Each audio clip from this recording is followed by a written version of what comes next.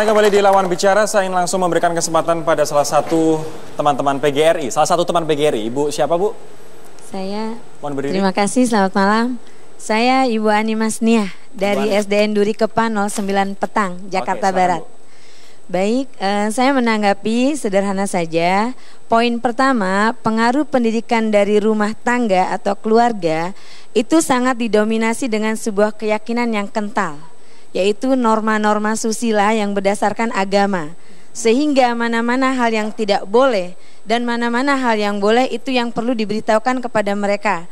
Secara langsung psikologis mereka, tahapan demi tahapan perkembangan anak itu ada. Dari keinginan tahuan, kemudian setelah diberitahu juga masih penasaran dan seterusnya. Dan yang paling lebih penting, dia seorang anak ini mulai balita itu akan mencontoh sikap keluarga atau orang tua yang ada di depan matanya. Itu poin pertama. Yang kedua, dari pihak sekolah akan mencontoh pula kepada guru-guru yang sebagai panutan mereka. Kalau dari TK berkembang ke SD. Jadi mereka itu punya tahapan-tahapan tertentu dan tetap didominasi dengan norma-norma susila yang berdasarkan keyakinan yang kuat, yaitu kita punya agama, kita punya patokan-patokan. Itu saja, semoga itu menjadi solusi dan keseluruhan secara global, bahwa tidak memberikan kesempatan kepada siapapun yang akan berbuat jahat.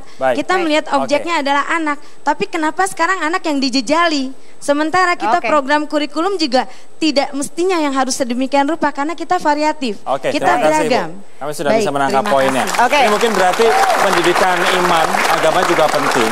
Namun yang harus diingat adalah anak-anak mencontoh apa yang orang dewasa lakukan, begitu ya. Mas Aris mungkin ingin menanggapi Mas dari pernyataan Ibu. Iya, saya kira sekali lagi kembali ya, kita harus berdiskusi persamaan hak.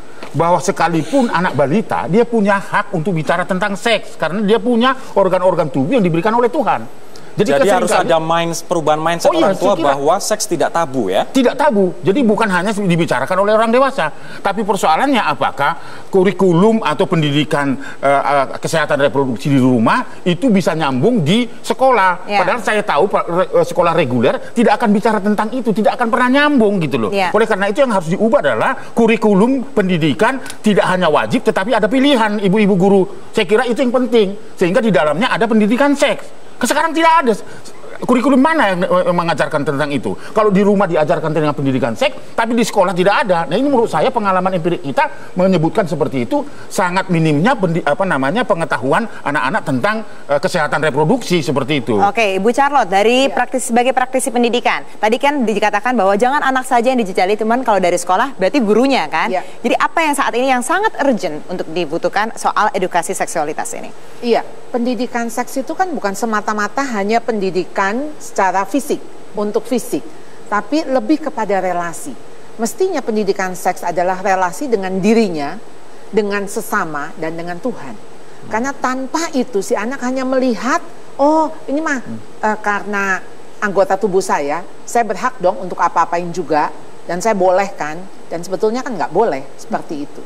Nah, jadi memang harus dari guru sendiri, konsep guru harus dibenahi, konsep orang tua harus dibenahi. Nah itu, sehingga ketika ke anak kita bisa menghargai. Jadi misalnya katakan, kadang-kadang ada guyonan, begitu ada candaan. Bahkan ini dilakukan oleh guru loh ya. Jadi ketika candaan yang nyerempet-nyerempet, itu kan mestinya enggak boleh.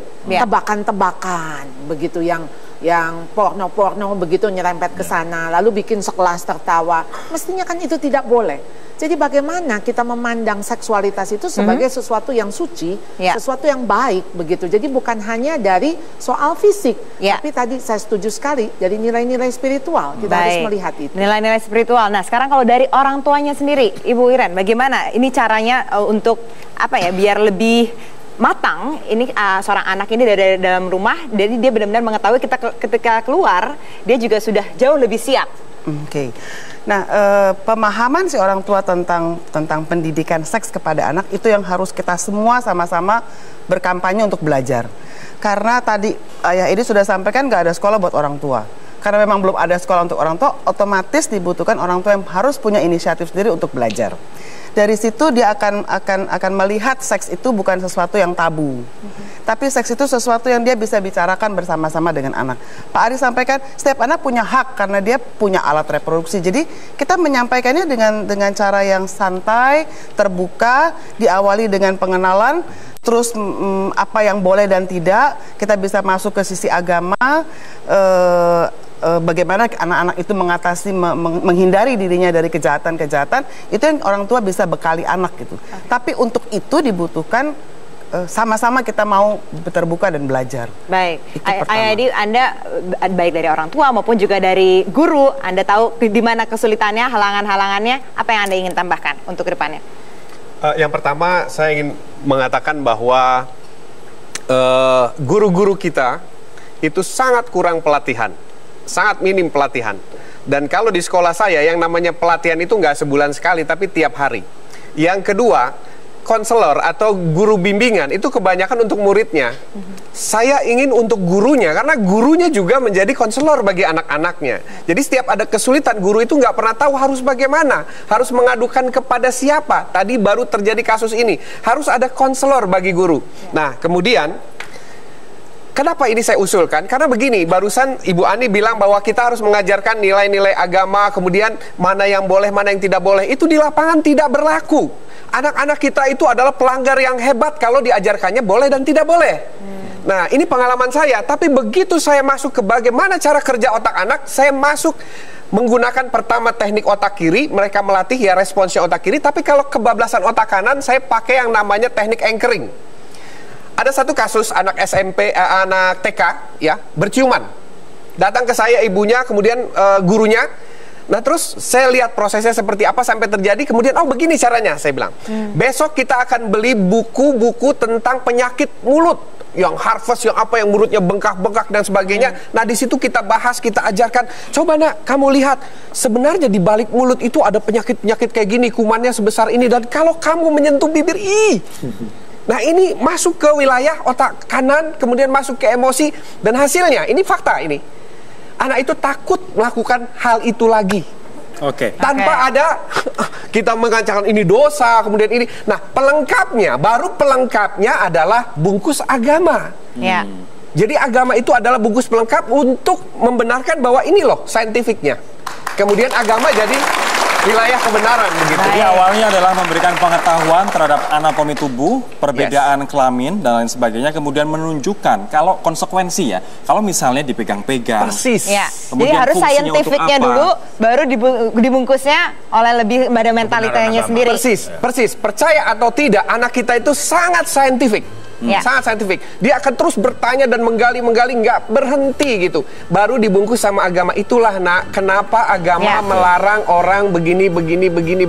Nah, baru nyerap itu, kirinya dapat, kanannya dapat, dan besok nggak usah diawasi, dia udah begini. Baik. Jelasan ini berarti memang harus ada pendidikan seksual dari rumah dan juga dari sekolah. Betul, dan dua-duanya harus seimbang, Lori, itu tadi yang dikatakan. Dan akhir kata, terima kasih banyak kepada narasumber kami dan juga para penonton yang sudah hadir di Lawan Bicara pada malam hari ini. Semoga informasi yang kami sampaikan pada hari ini bermanfaat dan semoga tidak akan terjadi lagi kejadian yang terjadi di Jakarta International School seperti itu. Atas nama kerabat yang bertugas, saya Andini Effendi. Dan saya Rory Asyari, terima kasih atas kebersamaan Anda. Anda menyaksikan Lawan Bicara, bukan hanya sekedar debat, tapi adu argumentasi yang bermartabat. Sampai jumpa.